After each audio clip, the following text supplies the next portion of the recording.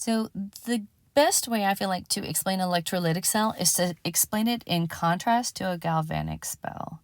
So a galvanic cell, we talked about this before, your electrons are all over here. They want to move. They're attracted to the positive cathode. They want to go in that direction.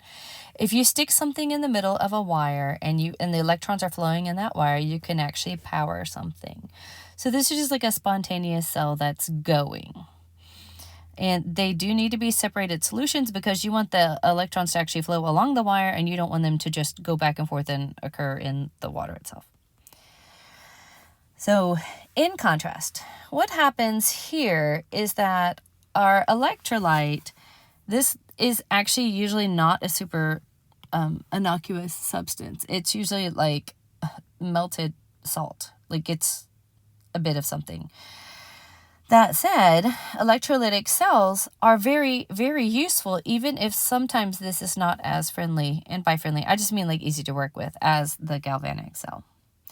In fact, with electrolytic cells, one of its biggest purposes is to use them in electroplating and covering things in different kinds of metals, or to purify oxidative metals like platinum metal. One of the best ways to get pure platinum metal is to set it up with an electrolytic cell, and you'll end up with the purified platinum growing on one side of it.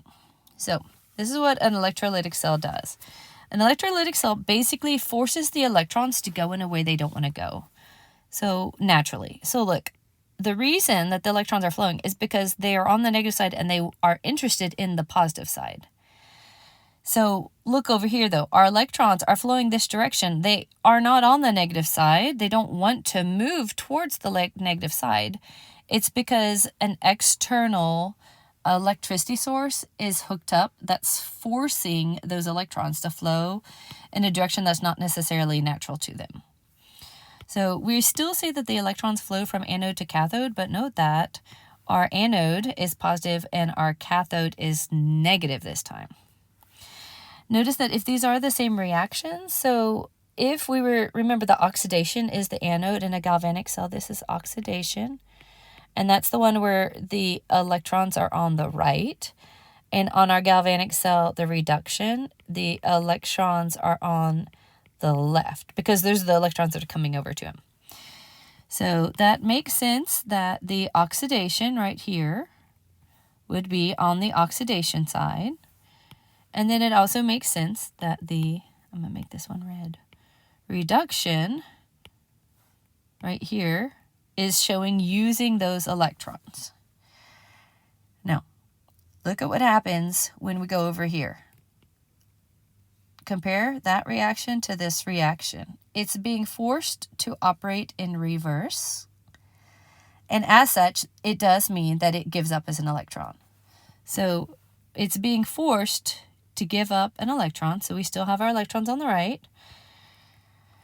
We still would call this an oxidation. I'm just saying it's not natural. And then on this one, again, look, our Y is becoming Y positive, but then over here, it's being forced to be Y positive using an electron becoming that. So essentially what we have is that our cell is reversed. Where like on this one, those are the products. The products are being used to reform the reactants. So this could also be useful if you have a rechargeable battery though. So battery naturally wants to be a galvanic cell, but once all of the electrons have flowed all the way to this side, if there's some way to basically chuck them back over to the other side so they can keep flowing again, then that's great. And that's what our cell phones and all these rechargeable batteries are. They naturally work as a left picture, but then when you plug them into electricity, basically it's forcing the electrons to go backwards and you end up with an electrolytic cell. So electrolytic cells are useful. The book has a big section on fuel cells and electrolytic cells.